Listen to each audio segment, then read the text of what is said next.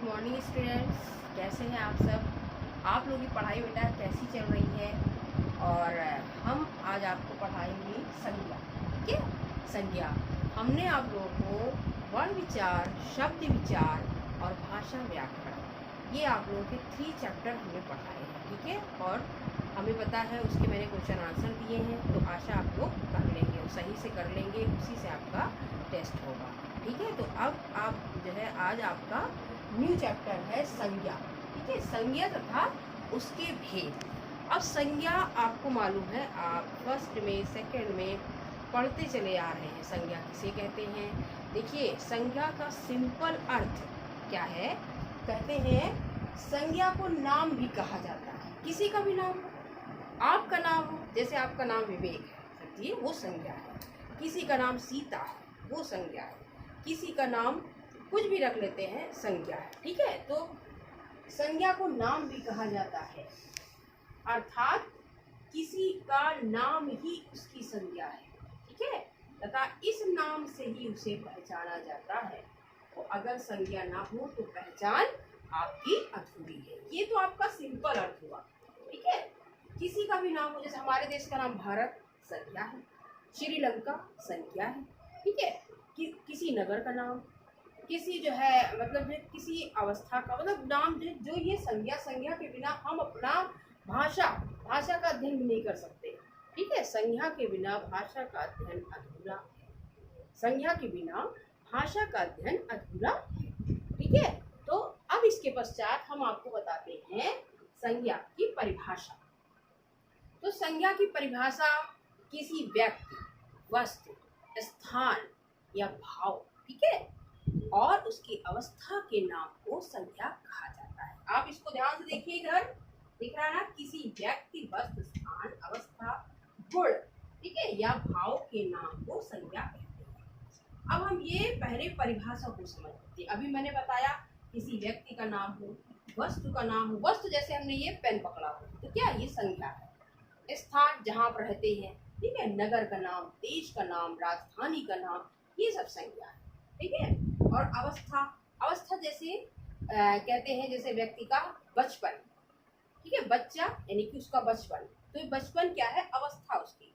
ठीक है, बुढ़ापा, तो इस तरह से अवस्था और गुण या भाव के नाम को संज्ञा कहते हैं। जो गुण होता है या भाव होते हैं, जैसे किसी ने क्रोध किया, अब क्रोध के कारण उसकी क्या मतलब जो है, क्रोध हो रहा है, तो उसमें अंदर जैसे क्रोध उसमें आ रहा है, तो क्रोध शब्द क्या है, ये उसका भाव है। ठीक है, इसको संज्ञा कहा जाता है। अब देखिए आगे क्या उदाहरण है। अब व्यक्ति या प्राणी, ठीक है, इसमें कृष्ण है, गांधी है, राम है, शेर, चूहा, पुरुष, ये सब जो है क्या है, व्यक्ति के अंतर्गत, प्राणी के अंतर्गत आते हैं और इनको संज्ञा कहा जाता है।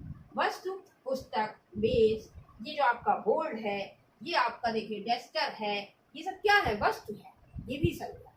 ठीक है, ओके, इतना आया समझ में। पंखा है, कुर्सी है, ये सब उदाहरण मैंने दिए हैं, आप इसको ध्यान से समझिए।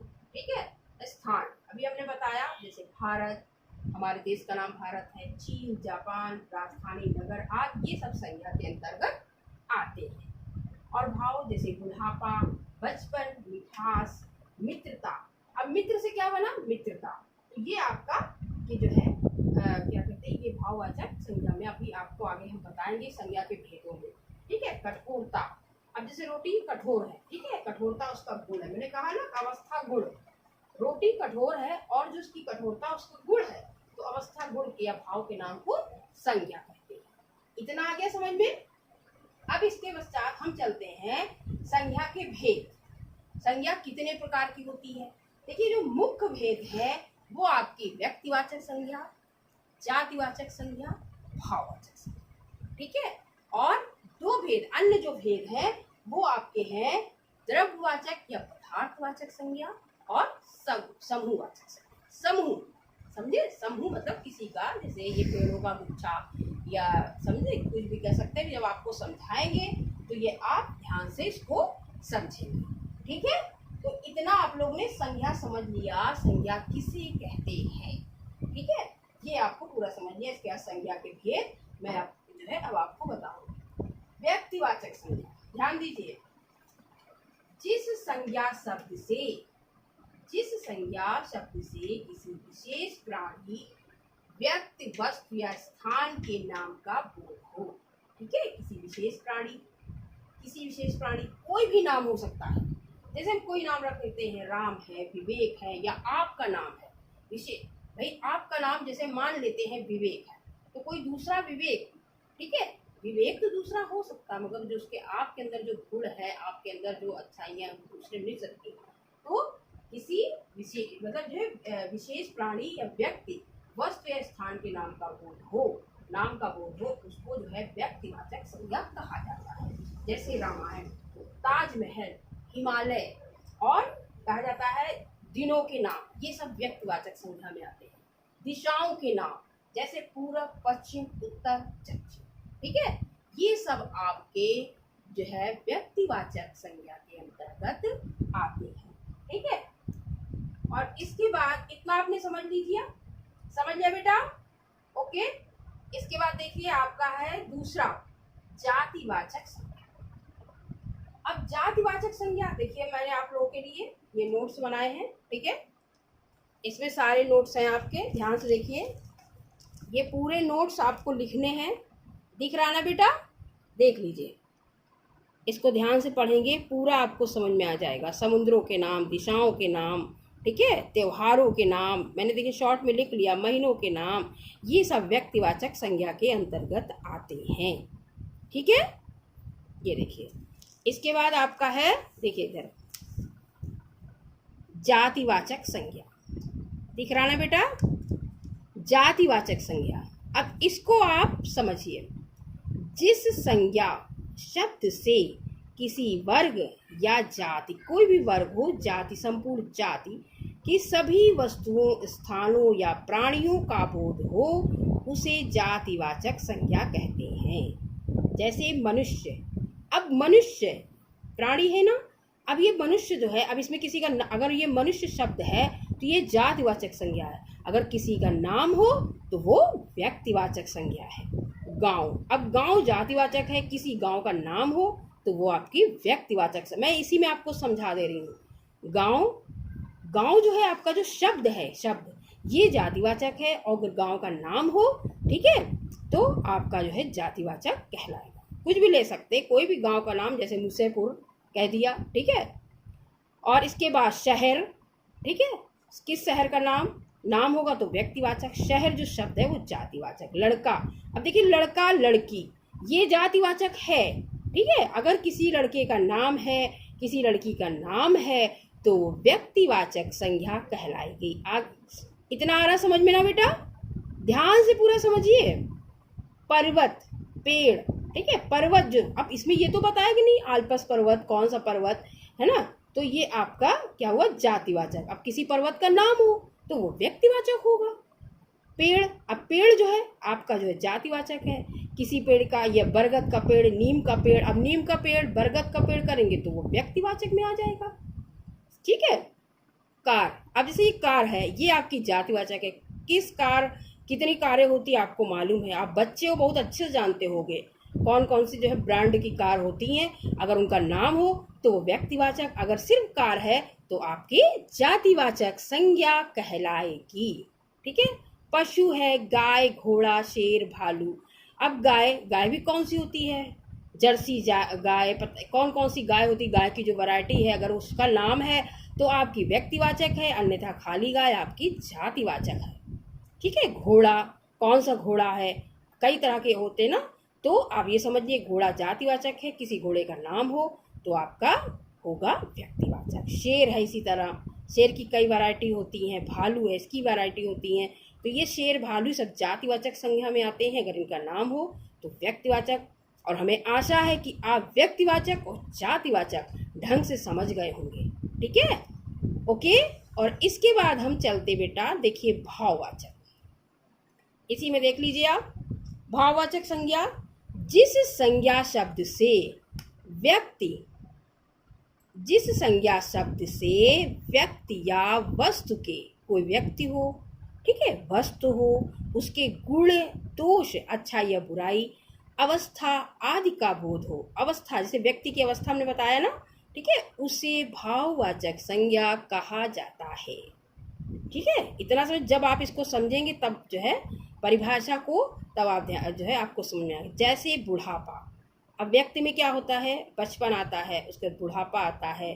ठीक है, तो बुढ़ापा है, जवानी है, तो ये सब क्या है, भाववाचक, ये अवस्था दिखा रहा है, ये व्यक्ति की अवस्था दिखा रहा है ना, तो ये आपका क्या हो गया, भाववाचक। बचपन देखिए हमने बताया, खटास, ठीक है, गुड़, गुड़ जो गुड़ हमने बताया, जो व्यक्ति के वस्तु का गुण, खटास या मिठास। ठीक है, और ठीक है, साहस, बुराई, प्रेम, मित्रता, मित्रता से मित्र से मित्रता, मित्रता का गुण आ रहा, मित्र तो ठीक है, मित्र से मित्रता का गुण आ रहा है, तो ये भाववाचक संज्ञा कहलाएगी।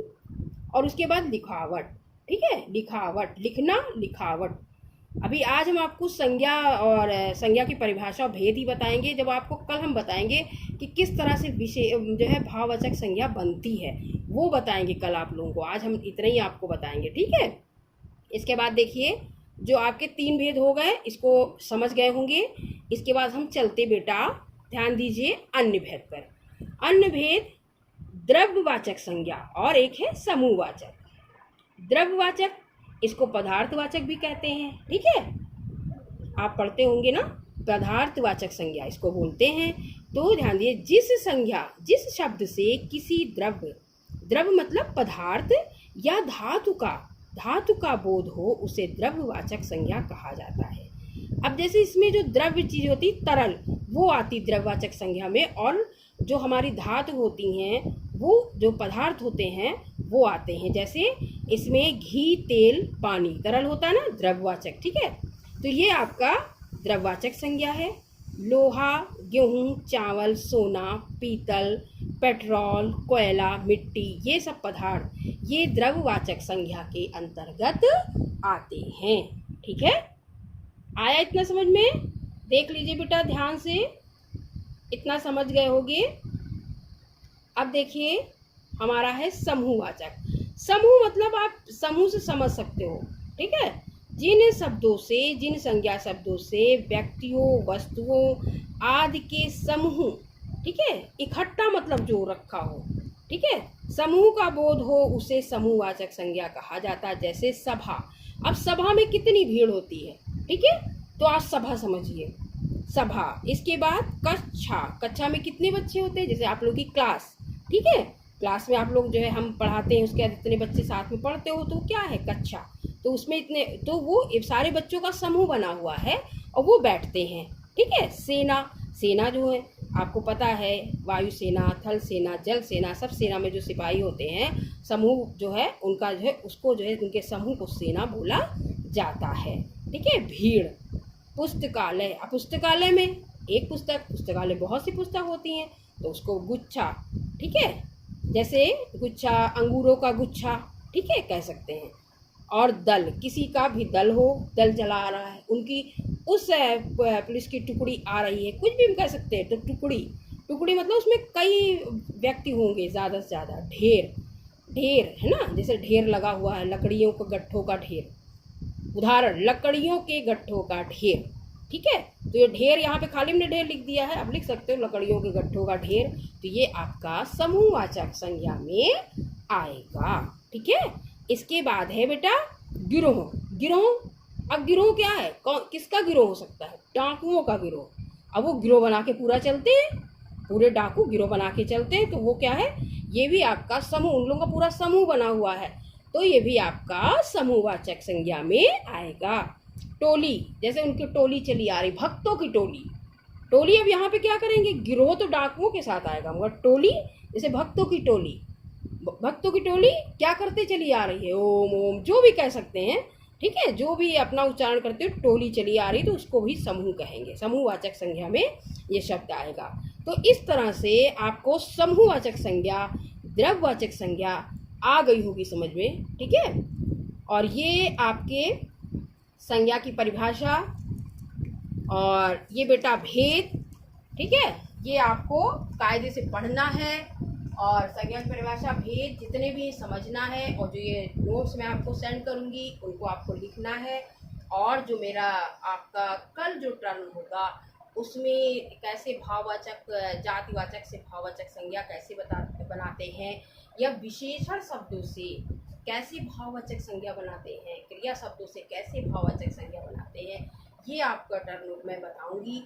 और उसके बाद मैं आपको कल ही बेटा क्वेश्चन दूंगी और एक्सरसाइज वगैरह फिल इन दी ब्लैंक्स जो भी आपका होमवर्क है ये आप जो है आज समझ लेंगे, तो कल मैं आपको दूंगी, तो उसमें आप लोगों को कॉपी में करना है ना। ठीक है, इतना आप लोग समझ गए।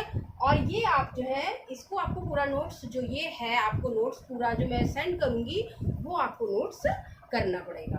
ठीक है, वो कर लीजिएगा। ओके, ठीक है। अब आज का टॉपिक यहीं पे समाप्त होते हैं और यहीं भी आपका ये टॉपिक समाप्त होता है। और ठीक है, आप लोग स्वस्थ रहिए, अच्छे से रहिए। ठीक है, और अपना पढ़ाई जो आपकी ऑनलाइन क्लासेस चल रही हैं सारे बच्चे ध्यान से पढ़ें। जो बच्चे नहीं कर रहे हैं क्लास, आप प्लीज़ उनसे कहें कि क्लास करें। ठीक है, सारे टीचर्स मेहनत कर रहे हैं तो आप लोग भी करें क्लास। अब देखिए 50 बच्चा क्लास में है और 50 बच्चा में 40 भी अटेंड नहीं करता है, तो ये गलत बात है ना, है कि नहीं। तो आप लोग सारे बच्चे क्लास अटेंड करें, जो आप लोग रिस्पॉन्स देते हो तो बहुत अच्छा लगता है। इसी तरह से जो बच्चे पढ़ रहे हैं तो कम से कम आप लोग भी ध्यान दें, तभी तो आपके मम्मी पापा का नाम होगा। ठीक है ओके बेटा, बाय।